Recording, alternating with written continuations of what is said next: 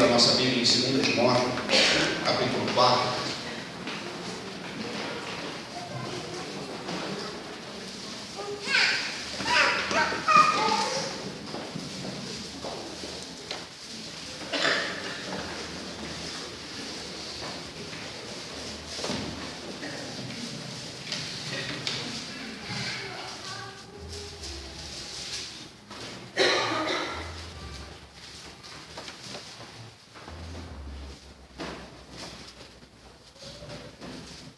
Durante este primeiro semestre, nós usamos o texto de Paulo para Timóteo em muitas oportunidades.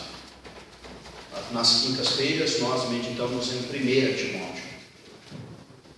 Aquilo que Paulo estava orientando aquele jovem pastor a fazer.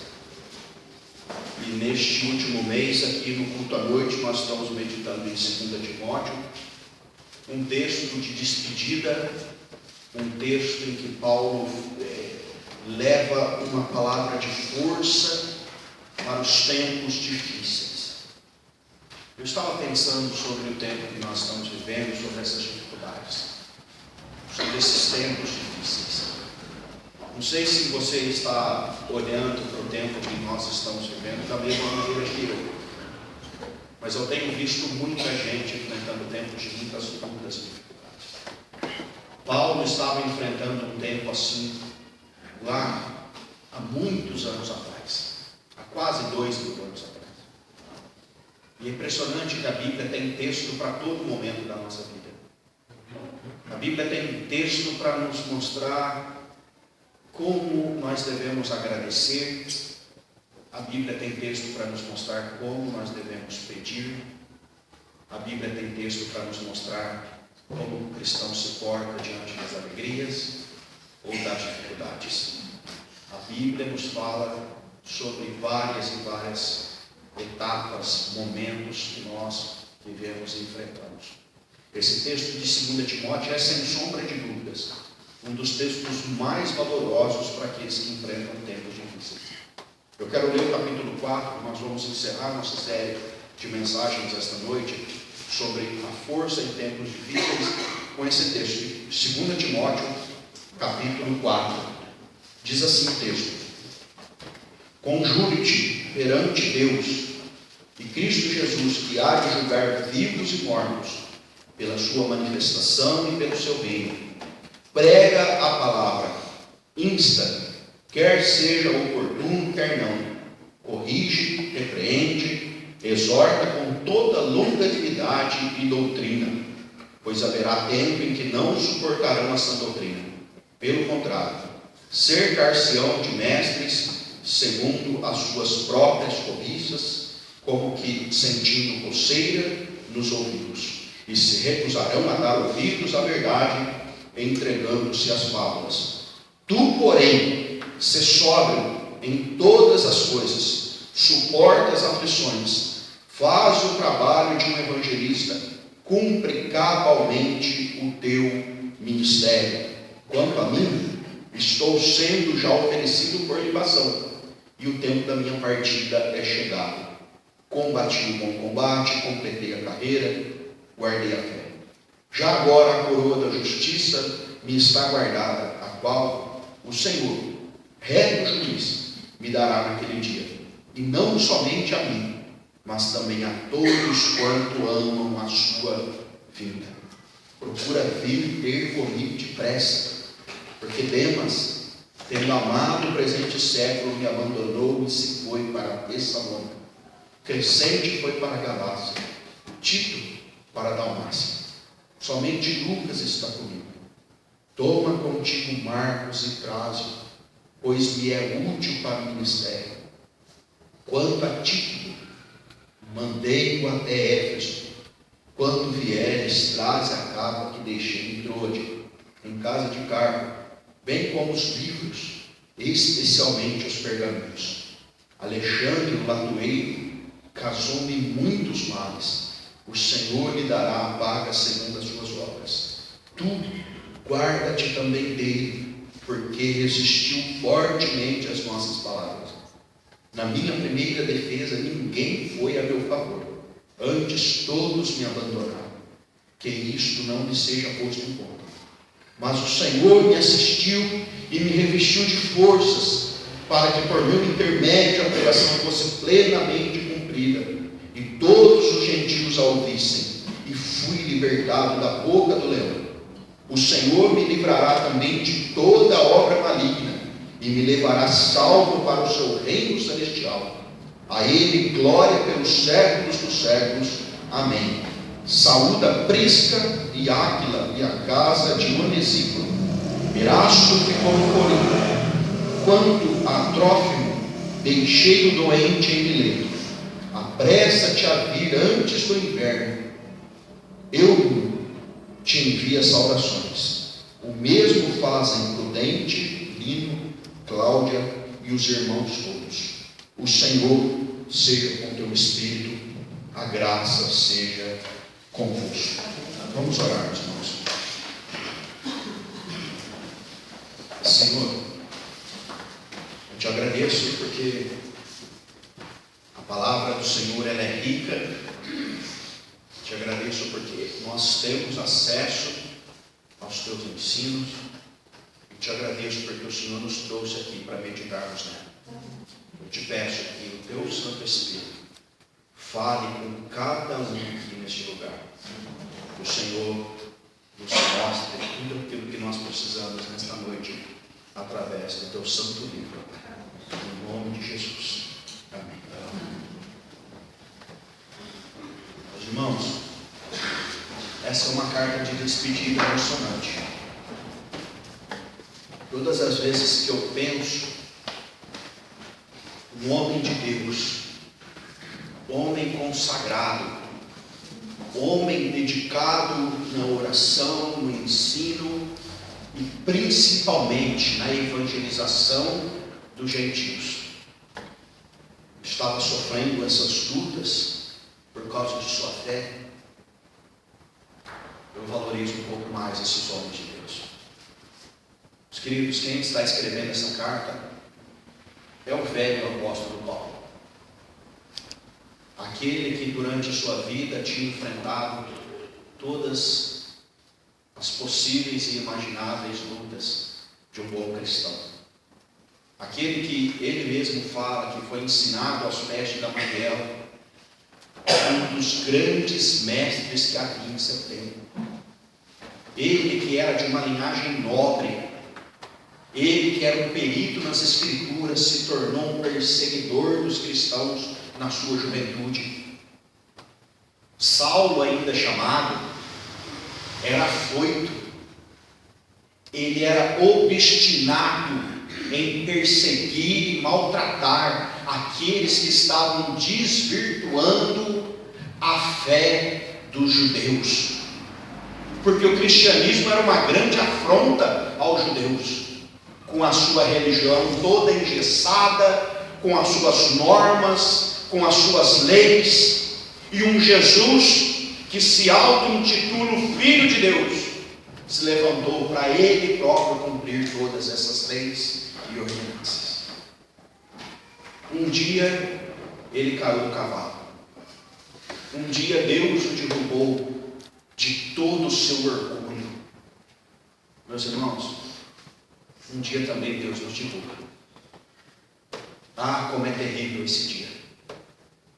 Ah, como é duro o dia que nós olhamos para o espelho e percebemos que não somos nada. Ah, como é terrível o dia que nós percebemos que todo o nosso orgulho não vale de nada diante das nossas limitações.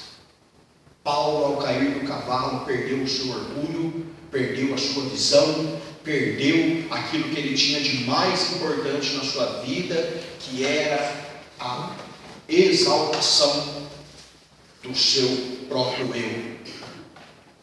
Irmãos, naquele dia, o próprio Jesus apareceu para ele. Jesus falou para ele: Paulo, você é meu. Foi o irmãozinho lá, orou por ele, e as suas vistas estavam como que com escamas. Paulo volta a enxergar, e a partir dali ele não ouve. Eu não sei qual é o processo da vida que você está. Eu Eu não sei se você ainda está aprisionado na velha religião. Eu não sei se você está no caminho. Eu não sei se Deus acabou de te roubar da sua arrogância. Ou eu não sei se você está no caminho da luz, um novo caminho.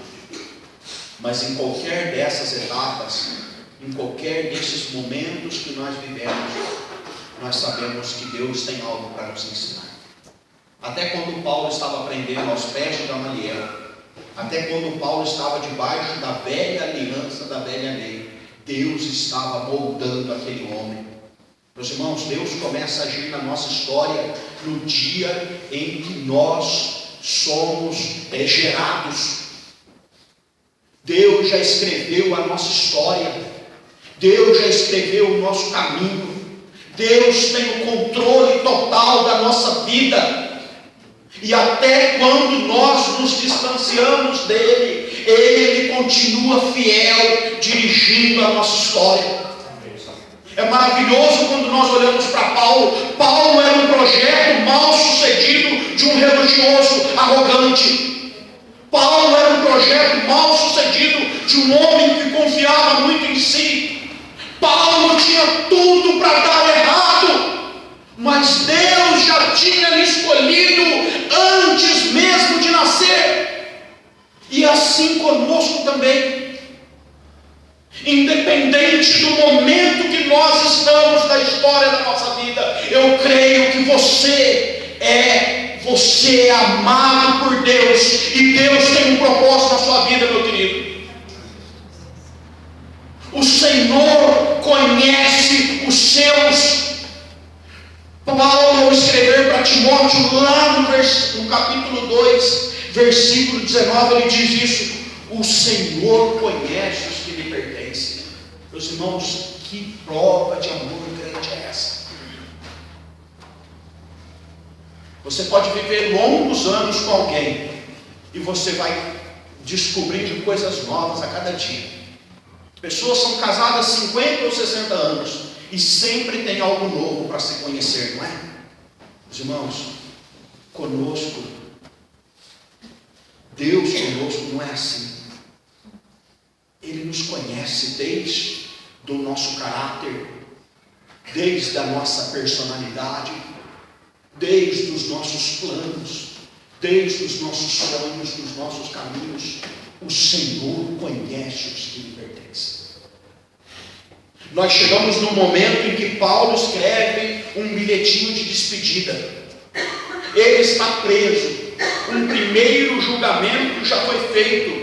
Nós sabemos que ele foi preso por conta de tamanha aplicação que ele tinha em pregar o Evangelho, em testemunhar das boas novas, e muitos inimigos ele adquiriu ao longo da sua vida.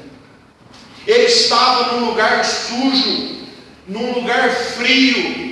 As prisões em Roma eram lugares frios, o inverno era agressivo, muitos dos que estavam presos morriam por conta de dificuldades relacionadas ao pulmão, dificuldades de respiração. Muitos, diante daquele lugar sujo e frio, sucumbiam. O que estava destinado a Paulo era o pior possível aos olhos do homem. Já tinha sido condenado. Um segundo julgamento estava prestes a acontecer, e nós sabemos, a história relata isso, que este segundo julgamento, Paulo foi condenado e ele foi morto. Mas as suas palavras ecoam até hoje. Eu quero falar para você, meu irmão, que neste capítulo Paulo nos dá muitos ensinamentos. E nesta noite eu quero falar sobre força e fé até o fim. Força e fé até o fim. Os primeiros 5 versículos, Paulo trabalha a questão da fidelidade no ministério que Timóteo deveria ter.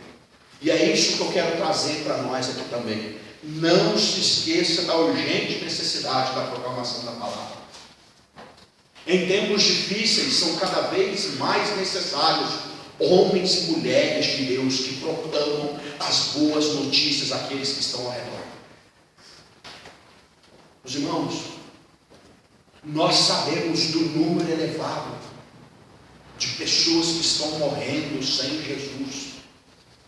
Nós sabemos do número elevado de pessoas que estão buscando os seus caminhos e estão morrendo nas trevas.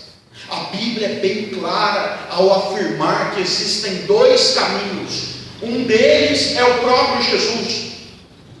É o caminho da salvação. É o caminho que leva aos céus.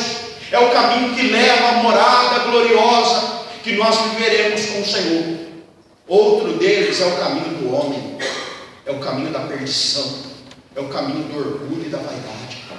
Meus irmãos, como servos de Deus, nós somos desafiados. Como igreja nós somos desafiados. Como irmãos nós somos desafiados a proclamar a salvação a todos os povos. Paulo fala para Timóteo: eu te conjuro perante Deus e Cristo Jesus, que há de julgar vivos e mortos pela manifestação e pelo seu reino. Prega a palavra, insta, quer seja oportuno, quer não, corrige, repreende, exorta com toda longanimidade e doutrina. Paulo fala: insiste nisso, Timóteo, prega a palavra. Meus irmãos, como igreja, o maior desafio que temos é a proclamação do Evangelho.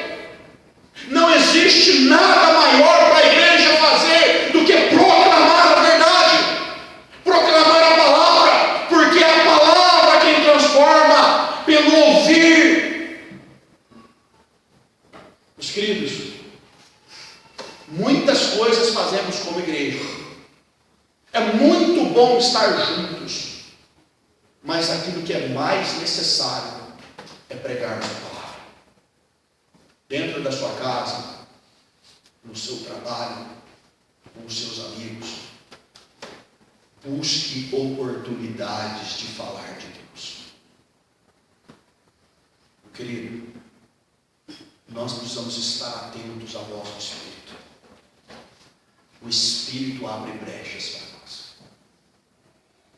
Um dos maiores pastores dos Estados Unidos, chamado Bill Hybels, escreveu um livro chamado Evangelismo. E ele fala que o evangelismo é o atravessar de salas, em que nós estamos atentos a uma voz que vem do Espírito nos dizendo: fala de Deus para aquela pessoa. Meu irmão, tantas são as oportunidades que nós temos de falar de Deus, mas nós estamos envolvidos em tantos nossos problemas. Você sabe que uma fila é uma oportunidade. Você sabe que uma espera no hospital é uma oportunidade. Você sabe que uma fila de banco é uma oportunidade. Só que nós perdemos essas oportunidades com a nossa murmuração. Esperar no hospital, às vezes, é doloroso demais. Dentro da nossa casa, às vezes nós perdemos a oportunidade porque nós falamos na hora errada. Nós falamos do jeito errado. Nós falamos sem vigor espiritual, sem discernimento, sem aproveitar as oportunidades. Eu quero te desafiar, meu irmão, no nome de Jesus. Tem muita gente do seu lado precisando da sua palavra. Tem muita gente perto de você precisando de uma palavra sua. Você pode sim. Todos nós podemos sim falar. Todos nós precisamos pedir a Deus: Senhor, me dá oportunidades para pegar essa palavra. Paulo não está falando aqui da simples pregação no culto. Paulo está falando de um evangelismo diário, uma pregação mesmo que muito simples, acerca da condição do homem, acerca de Jesus e daquilo que ele pode fazer por tal pessoa. Meu querido irmão, vamos orar por oportunidades. Peça a Deus na sua vida: Senhor, me dê oportunidade de pregar a tua palavra, me dê oportunidade de falar do teu amor. Prega a palavra oportunamente ou não, corrige, repreende, exorta com toda longanimidade e doutrina. Ao falar da palavra, não perca a paciência e não perca a direção. A longanimidade nos faz esperar a palavra dar resultado. Eu tive uma resposta maravilhosa da parte de Deus. Junto com os irmãos, eu orei por alguém querido no mês passado. E ele não veio no culto no dia que eu o convidei. E há 2 semanas atrás ele estava aqui comigo. Meus irmãos, às vezes é preciso paciência e muita paciência. Tenha paciência. Com pequenas atitudes, vá introduzindo esta palavra dentro do coração dessas pessoas que você tanto ama. E diz a palavra com longanimidade e com doutrina. Os queridos, a doutrina é o caminho da verdade. Nós não podemos desvirtuar a verdade.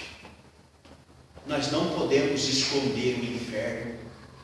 Nós não podemos esconder as consequências do pecado. Nós não podemos desvirtuar as verdades que Jesus e todas as Escrituras nos ensinam. A doutrina é muito mais do que o jeito que a igreja presbiteriana interpreta as Escrituras. A doutrina é a própria Escritura. Peça a Deus discernimento para que a sua boca seja instrumento de bênçãos em todos os momentos que as pessoas pedem. Um alerta grave: existirão tempos em que as pessoas não suportarão essa doutrina. Pelo contrário, cercar-se-ão de mestres segundo as suas próprias cobiças, como que sentindo coceira dos ouvidos, e se recusarão a dar ouvidos à verdade, entregando-se às fábulas. De tempos, em momentos da história, pessoas preferem ouvir os seus próprios mestres do que ouvir a palavra de Deus, mesmo que ela seja dura, mesmo que ela seja corretiva, mesmo que ela seja disciplinadora. A palavra de Deus é o melhor que nós temos para a nossa vida. Paulo alerta Timóteo, existem tempos em que as pessoas preferem ouvir aquilo que agrada. Existem tempos em que as pessoas distanciam dos mestres verdadeiros. Pessoas que têm coceira nos ouvidos preferem ouvir qualquer baboseira do que ouvir a verdade. Meus irmãos, ao longo da história do cristianismo, nós percebemos, Timóteo enfrentou isso junto com Paulo. Depois, em outros momentos, a igreja precisou decidir bem firmemente quem era Jesus, acerca da Trindade e acerca de tantas outras doutrinas, acerca de conceitos teológicos. Na Idade Média, chamada Idade das Trevas, a igreja se distanciou da palavra. A palavra era meramente um objeto ali, que as pessoas não tinham acesso a ela. Durante a Reforma Protestante, muitas igrejas avançaram caminhos perigosos. A Bíblia foi traduzida para o povo, mas o povo não conseguia interpretar do jeito correto, porque a Bíblia é a mãe de todas as heresias. Qualquer heresia você pode tirar dentro da Bíblia, se você interpretá-la do jeito errado. Nós vivemos períodos duros, difíceis, em que a igreja precisou sempre firmar a sua palavra na verdade. Nós estamos enfrentando esses tempos hoje. Meu irmão, é muito difícil ouvir algumas coisas, mas é necessário. É muito difícil ouvir algumas coisas que vêm contra aquilo que eu desejo, mas jamais podemos negociar a verdade. Nós trabalhamos com a verdade. É Deus quem falou, quer queira ou não, nós compramos. Meu irmão, não ceda. Não vá atrás de qualquer mestre. Não ouça qualquer coisa. Saiba filtrar. Nem todos que dizem Senhor, Senhor serão salvos. Saiba analisar se a boca do profeta é boca de Deus ou é boca dele mesmo. Tenha discernimento espiritual. Paulo fala: tu, porém, você sobe em todas as coisas, suporta as aflições, faz o trabalho do evangelista, cumpre cabalmente o teu ministério. Para fechar o primeiro ponto, eu quero dizer isso para você.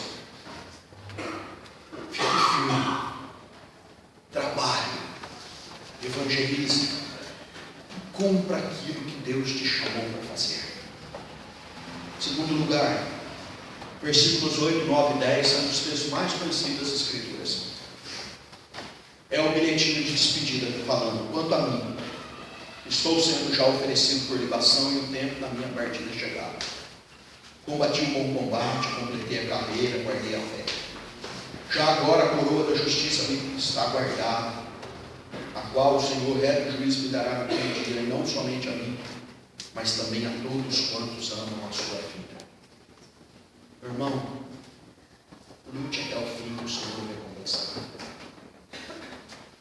Este homem que está escrevendo essa carta, ele dá um dos versículos mais preciosos para a história de toda a igreja, quando ele diz: combati o bom combate, completei a carreira, guardei a fé. Eu quero falar sobre esses três princípios: o bom combate, a carreira e a fé. Meu irmão, nem em todos os combates nós devemos entrar. Se a Bíblia fala que existem bons combates, também existem maus combates. Saiba discernir aquilo que vale a pena você gastar as suas forças. Existem muitos cristãos que estão perdendo a força porque estão lutando a luta errada. Existe muita gente que está se perdendo pelo caminho porque está combatendo o mau combate. Infelizmente, as nossas igrejas estão cheias de fileiras que se levantam uns contra os outros. Isso é um bom combate, meu irmão. Quando nós pelejamos com o nosso próprio irmão, quando nós pelejamos contra alguém da nossa própria casa. Eu cheguei nesta igreja com um sonho de levantar aqui uma geração disposta a pelejar, mas uma casa dividida não fica em pé. Se nós não estivermos unidos e juntarmos as nossas forças para pelejar o mesmo combate, nós sucumbiremos, nós cansaremos uns aos outros. Fogo amigo mata muito. Numa guerra, lá por exemplo na Segunda Guerra Mundial, onde as armas tomaram grande destaque, as armas de fogo, os aviões jogando bombas e mais bombas, milhares de soldados foram mortos pelo seu próprio exército.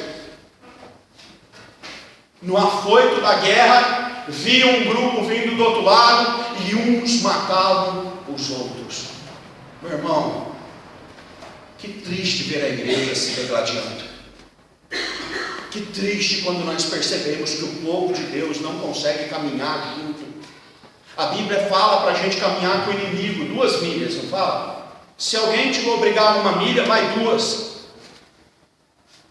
Infelizmente, às vezes a gente não consegue caminhar 2 milhas nem com o irmão que está sentado no banco conosco. Que triste realidade é saber que muitas vezes nós escolhemos um mau combate. Se você está na sua vida combatendo muito, pelejando muito, gastando muita energia e não vendo o resultado, talvez você está escolhendo a guerra errada. Você está escolhendo o jeito errado de guerrear. Paulo fala: eu combati um bom combate. Meu irmão, sempre é tempo para mudar a luta.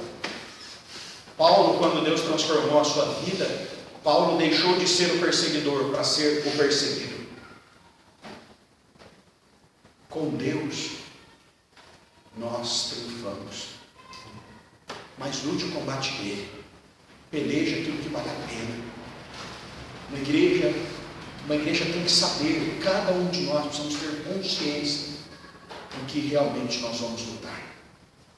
Ele fala: eu combati o bom combate, completei a carreira. A carreira, meus irmãos, é a corrida. Lá nas épocas das Olimpíadas, era uma corrida, talvez uma maratona, uma grande maratona. As grandes maratonas chegam a ter cerca de 50 quilômetros. Seria mais ou menos eu ir a pé daqui na casa da minha mãe. Eu não tenho coragem. Os irmãos, a fé cristã é uma grande maratona. A vida cristã é uma longa corrida. Não é uma corrida de 100 metros. Tem muito crente que gasta o fôlego todo dele nos primeiros 100 metros. Aquela pessoa que chega entusiasmada na igreja, chega e causa uma revolução, ela chega e tem ideias criativas, ela é a que tem ideias mais brilhantes na primeira semana. Ela propõe uma reunião de oração: pastor, nós vamos fazer vigília. Chega na vigília, ele não vai. Pastor, nós precisamos melhorar o grupo de louvor aí. O irmão canta um domingo, faz um espetáculo, no segundo domingo ele já não está mais presente. Pastor, nós precisamos melhorar o cafezinho, nós vamos fazer um banquete, pastor. Ele acorda tarde no domingo. Meus irmãos, a vida cristã é uma longa maratona. Todo mundo sabe que para correr uma maratona, a pessoa não vai a 40 por hora. Ela vai dosando. Paulo só chega no final da sua vida e ele fala: eu completei a carreira, porque ele soube viver na constância da vida. Meus queridos, nós estamos vivendo num tempo de altos e baixos tão grande. Nós estamos vivendo num tempo que nós saímos de uma festa de 15 anos com um coração tão alegre, e daí 15 minutos nós parece que a gente está numa fossa tão grande. Nós estamos vivendo esses altos e baixos da vida. Eu quero te desafiar a viver uma vida mais constante. Seja mais moderado nos dias felizes e seja mais prudente nos dias tristes. Um equilíbrio é totalmente necessário para alguém que quer completar a carreira. Você quer completar a carreira, meu irmão? Vá sempre, sempre, sempre, sempre, sempre.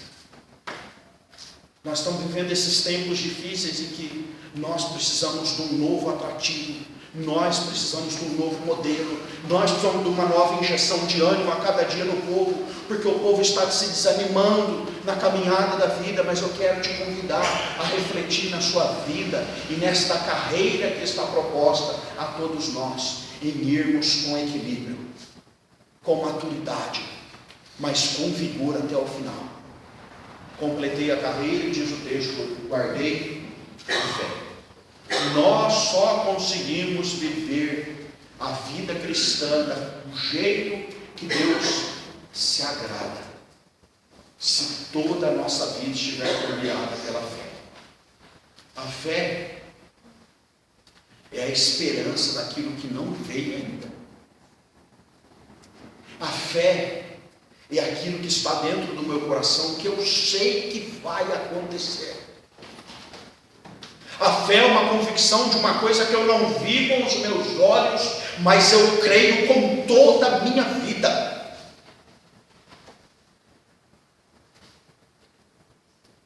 Em tempos difíceis, as pessoas precisam objetivar a sua fé através de coisas visíveis. O povo saiu do Egito e estava no deserto. Tempos difíceis, tempos de luta. Moisés sobe no monte para receber todas as ordenanças que Deus tinha para o povo. O que o povo fez? Um bezerro de ouro. Por quê? Porque precisavam ver alguma coisa. Porque ali diante do deserto eles estavam tremendo. Diante do deserto eles estavam perdendo a esperança. Meu irmão, a vida cristã não pode ser vivida somente através daquilo que eu quero ver. Guarde a sua fé. alimente a sua fé, continue tendo expectativas positivas. Nos tempos difíceis são cada vez mais normais esses objetos estranhos que tentam comprovar com os nossos olhos aquilo que nós não precisamos ver, porque diz as Escrituras: bem-aventurado aqueles que não viram e creram.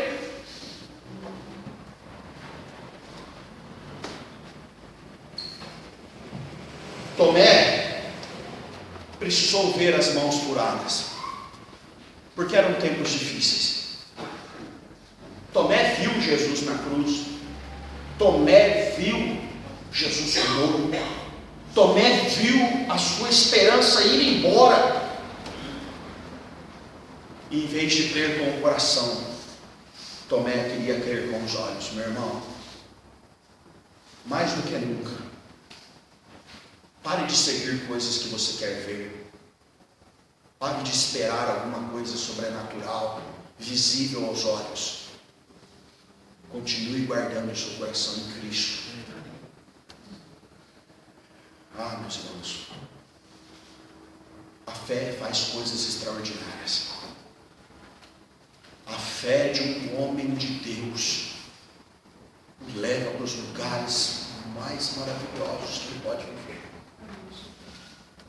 Lá no Moriá, Abraão, pela fé, viu um cordeiro para sacrificar no lugar do seu filho. Lá no Monte da Transfiguração, pela fé, eles conseguiram ver ali a manifestação gloriosa da presença de Deus na vida de Jesus, a ponto do seu rosto brilhar.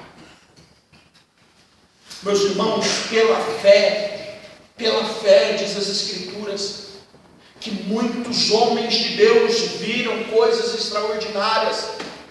Noé viu pela sua fé Deus livrar ele e a sua família de toda a destruição que o dilúvio trouxe. Meu irmão, aquilo que a fé traz é muito maior daquilo que os olhos podem ver. Guarde a sua fé. Guarde a sua fé. Mesmo que você receba notícias negativas e prejudiciais, guarde a sua fé. Combati o bom combate, completei a carreira, guardei a fé. Paulo fala que ele estava sendo entregue como libação.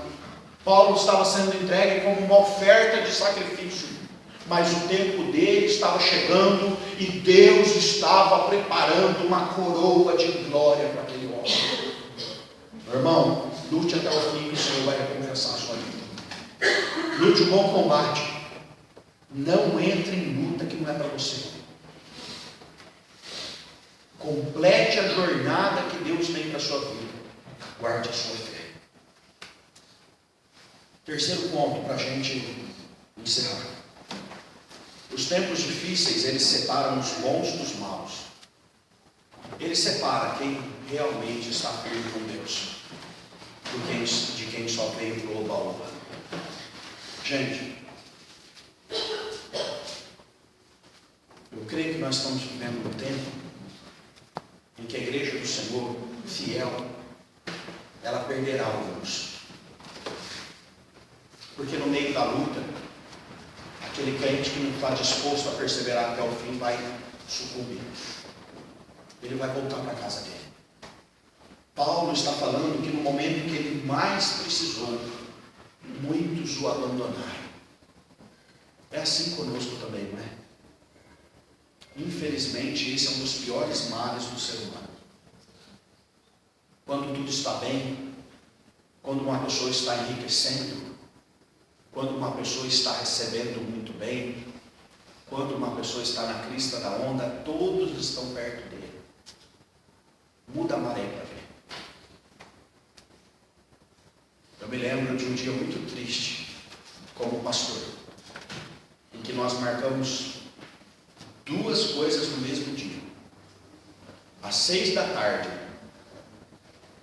nós iríamos visitar uma irmãzinha que havia acabado de perder um um filhinho que estava gerando com 8 meses. Ela perdeu o filhinho no domingo à noite. E nós marcamos uma visita para ela logo na terça-feira. Às 6 da tarde nós iríamos visitar ela. E às 8 da noite nós iríamos visitar um outro irmão que estava completando aniversário naquele dia. Aonde foram mais pessoas, meus irmãos? Fala. No aniversário? Acertar. 4 pessoas foram na casa da irmã que perdeu seu filho. E bem mais de 40 foram no aniversário. Meus irmãos, esta é a proporção. Quando nós estamos para baixo, quando os tempos são difíceis, são provados os bons e os maus. Quem realmente está firme com o Senhor, ou quem só veio para a festa. Paulo fala: Demas, tendo amado o presente século, me abandonou e foi para a missão. Gente, Demas era um amigo de Paulo. Demas estava com Paulo na primeira prisão. Paulo foi preso 2 vezes. Demas estava junto, Demas ajudava Paulo a escrever suas cartas. Mas quando a coisa foi ficando pior, o que Demas fez? Foi embora. Crescente foi para Galácia, Tito para Dalmácia. Somente Lucas está comigo. Lucas, aquele que escreveu Atos dos Apóstolos, aquele que escreveu o Evangelho segundo Lucas. Lucas, aquele que era considerado muito amado. Ele era médico, ele conhecia das lutas de Paulo, ele conhecia das enfermidades que Paulo estava enfrentando, e Lucas estava com Paulo.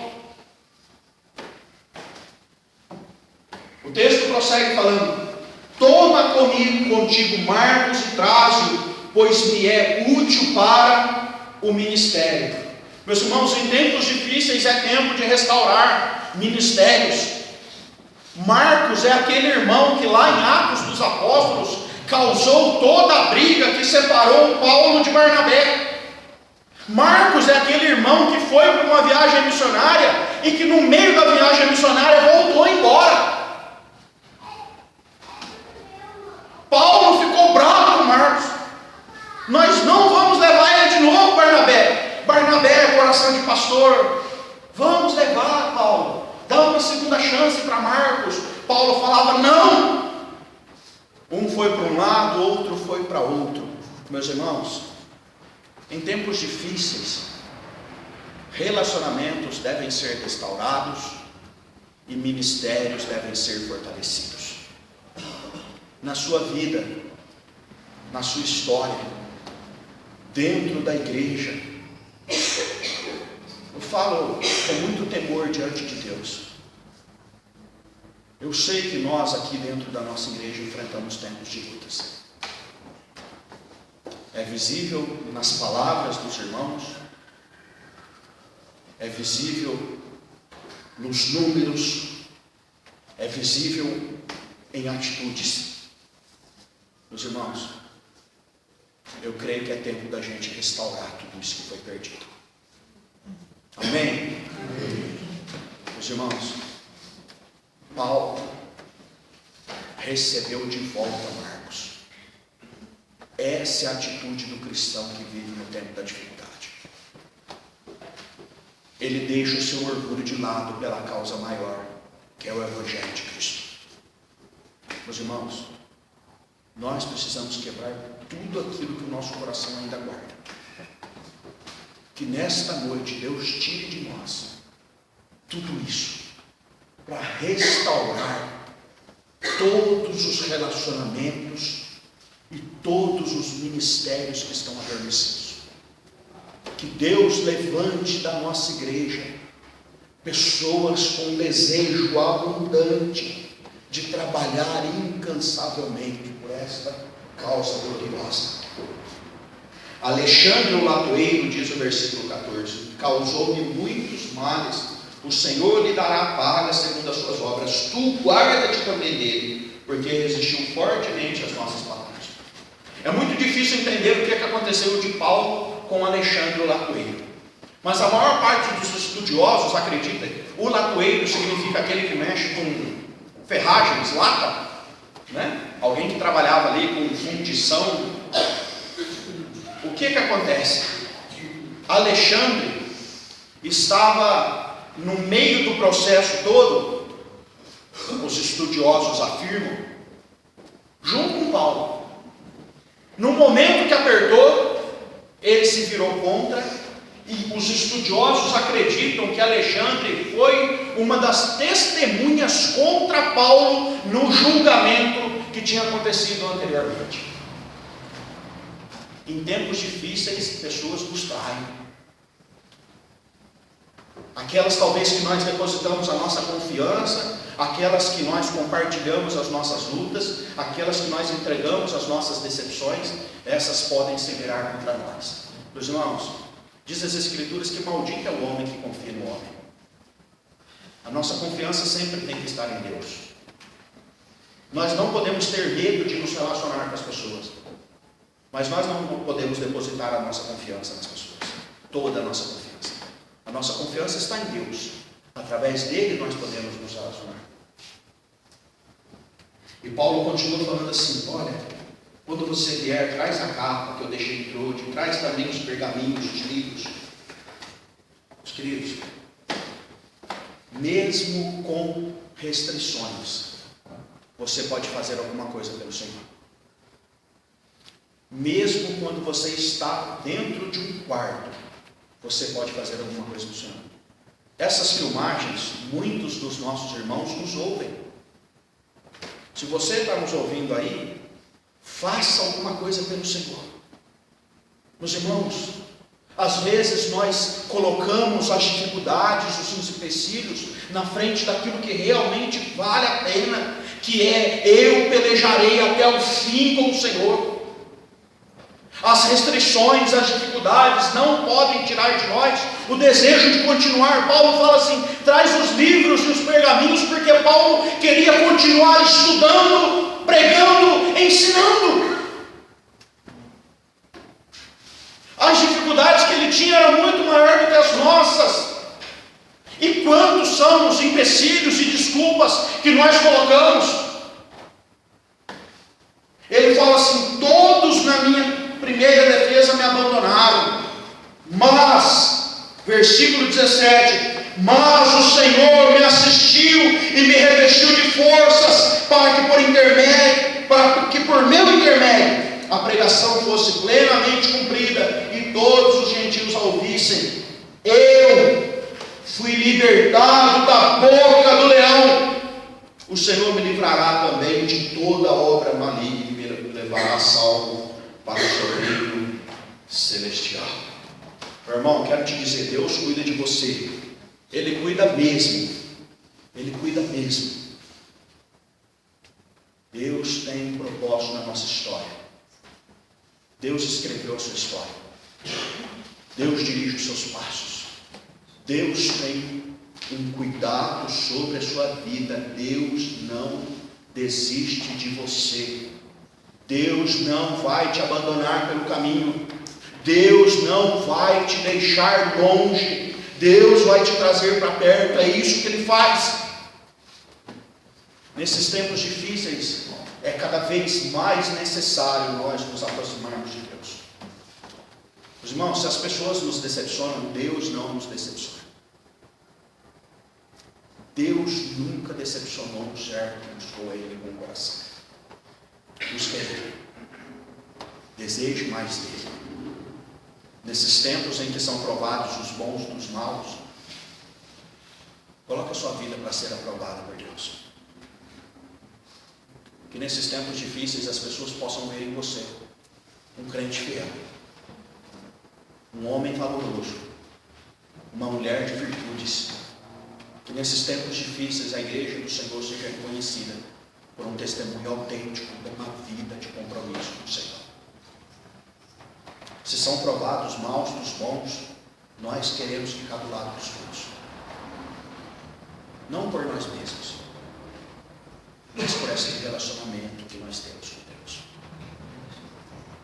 Para fechar, acabar.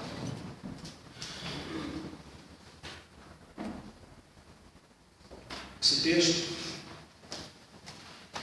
ele nos desafia nessa vida de compromisso. Se nós formos olhar todos os escritos de Paulo, nós percebemos que em momentos de grande dificuldade, ele desafia o seu povo a intensificar ainda mais o seu relacionamento com Deus e não se esconder. Nós temos essa tendência de momentos difíceis procurarmos um lugar de refúgio. Meus irmãos, o nosso lugar de refúgio é no Senhor. Mas aqui no mundo em que nós vivemos, principalmente nos tempos difíceis, a igreja precisa mostrar de fato quem ela é. Paulo, na primeira prisão, ele escreveu a carta aos Filipenses.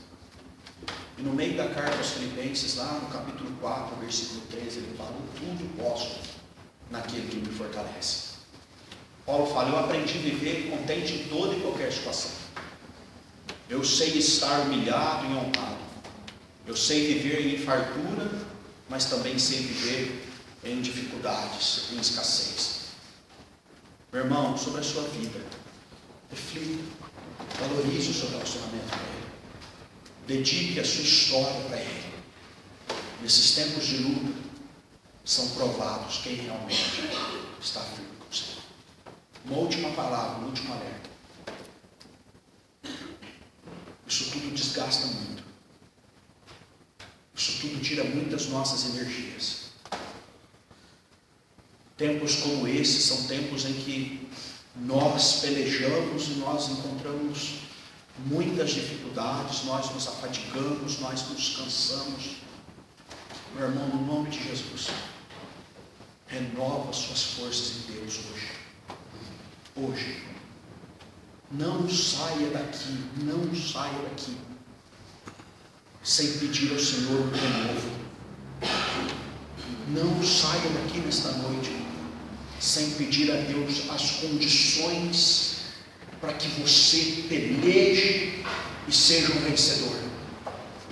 Não saia daqui nesta noite sem a visão de que você precisa mais de Deus, mas Ele está aqui para cuidar de você. Ele está aqui para cuidar das suas feridas. Ele está aqui para cuidar das suas dores. Ele está aqui para tratar as suas emoções. Ele está aqui para tratar a sua mente, o seu coração. Ele está aqui neste lugar. Eu creio nisso. Diz o texto finalizando: o Senhor seja com teu espírito, a graça seja convosco. Ele está aqui. Feche os seus olhos nesse momento, meu irmão. Quero convidar os irmãos.